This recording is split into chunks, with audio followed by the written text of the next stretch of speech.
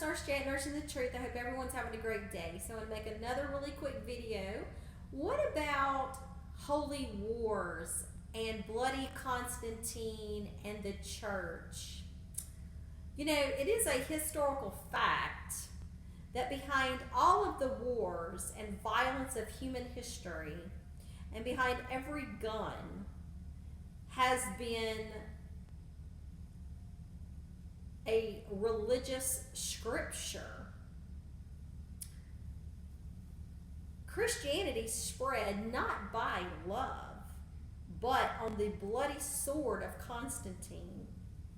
So to help you keep it straight, in other words, as to the religious slaughter in the name of love, here is an update. Matthew 7:12 says, "All things whatsoever you would that men should do to you, do even so for them." I don't think you understand that. So let's read it again and read it very slowly. All things whatsoever you would that men should do to you, do even so for them. So fight fire with fire. If they want to burn your house down, you go burn theirs. So here you have Matthew, right? The disciple of the Lord, the Levite, the tax collector. But if he was an apostle to the Jesus, didn't Jesus kind of speak against that? Turn the other cheek. Love thy neighbor as yourself are the two greatest commandments. Anyway. Love the Lord thy God with all thy heart, thy mind, and thy soul. So, what an irony. What a religious quagmire of hypocrisy and contradictions. Even though Pope John Paul II, with words from Vatican City, recently addressed the issue when he was alive. He called freedom of conscience our inalienable right, he said. Religious fundamentalism everywhere is our greatest threat to world peace.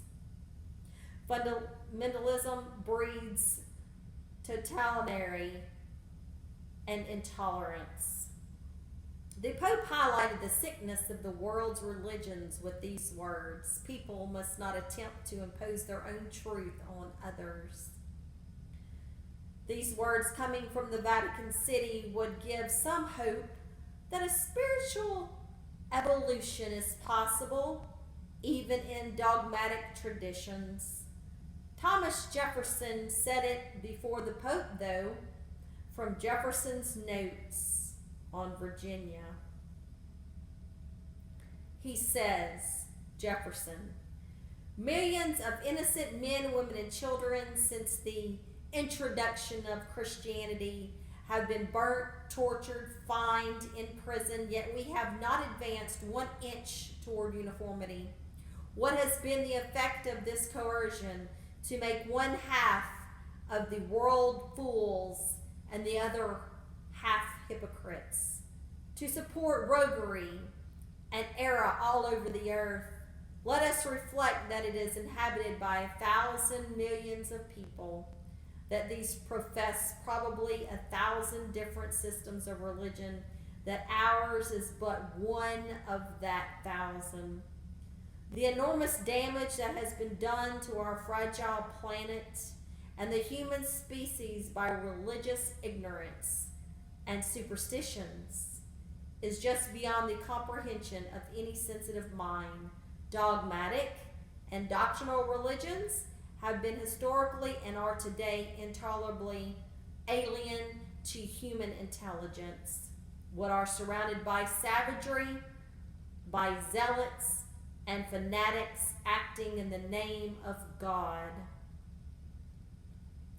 Our most ardent hope can be that out of the ashes of religious hatred and superstitions can rise the phoenix of a refined spirituality, creating a revolution in the sphere of human consciousness. What better words from Thomas Jefferson, my favorite president. He was very much into the Hermeticism. He understood the Renaissance of Hermes Trismegistus, thrice great. He was in favor of religious truth. He wanted everyone to be a free thinker. If by any chance you think that these presidents were Christians or wanted to make this new world a foundation upon the church and of this God, you are sadly mistaken. George Washington, John Adams, Thomas Jefferson, James Madison, Thomas Paine, all said that this was a farce and that each individual needs to look to themselves and be of moral character and do good for the common people. So there again, truth seekers, don't buy into this religious fundamentalism. This church, and even Jefferson's words, talks about the phoenix shall rise again, and the spirituality of each and every one of our consciousness will rise to a greater new strength and height than we've ever seen before. And as we are approaching in the age of Aquarius, no true words have been spoken. There is Sunny barking at the lawmen. So you guys have a wonderful day. And Sunny says, Hotep and Ashe. Bye, guys.